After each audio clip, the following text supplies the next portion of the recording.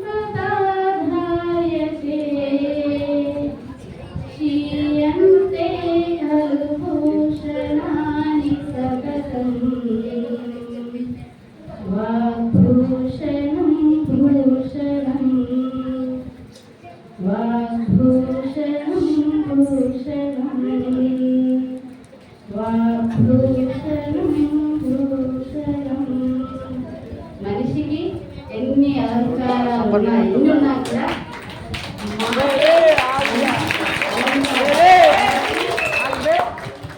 మాట్లాడే పద్ధతి ఎలా ఉండాలి, ఎక్కడ ఏ సందర్భంలో ఎలా మాట్లాడాలి, ప్రతి చోట మాట అనేది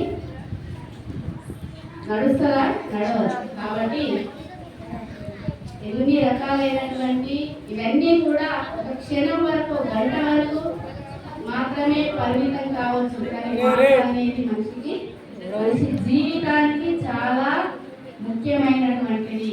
కాబట్టి మాట్లాడే పద్ధతి, మాట్లాడే తీరు చక్కగా ఉండాలి అని దీని యొక్క ఉద్దేశం.